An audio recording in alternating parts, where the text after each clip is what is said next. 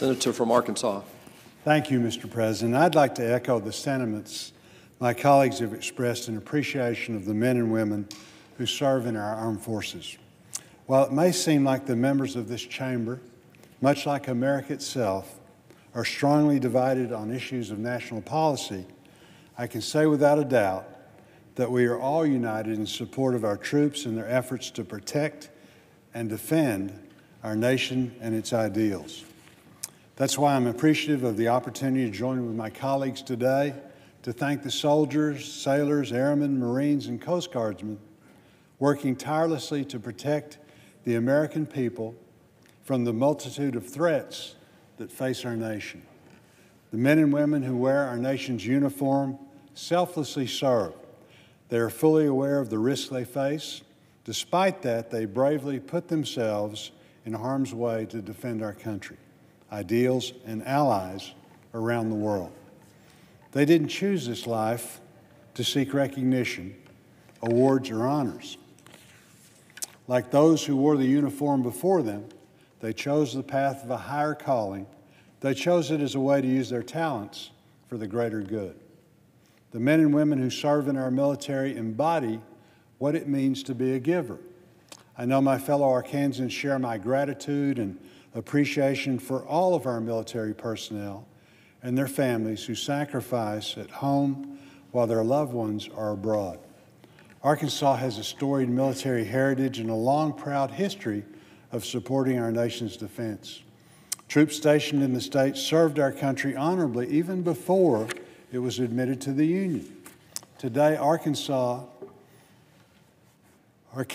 are stationed around the globe, and our personnel at the Little Rock Air Force Base, Camp Robinson, Ebbing Air National Guard Base, Pine Bluff Arsenal, Fort Chaffee, continue to make the natural state proud.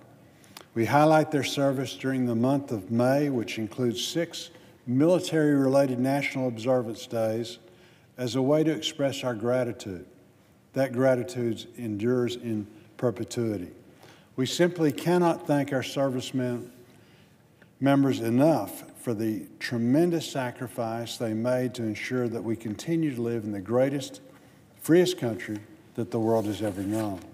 As the son of an Air Force Master Sergeant, I learned at a young age about the sacrifices our men and women in uniform make.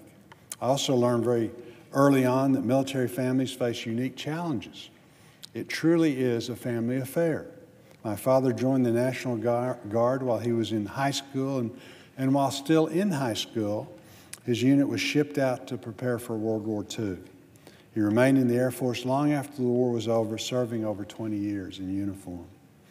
The example set by my father's military career and the lessons we learned growing up in a military family helped my siblings and me prepare for a productive, service-centered life.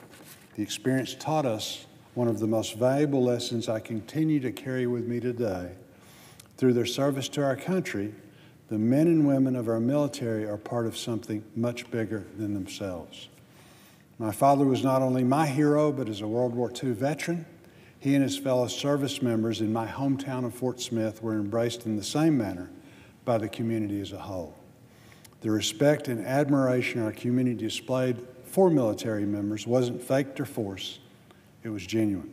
And it remains just as strong today in communities across our great nation.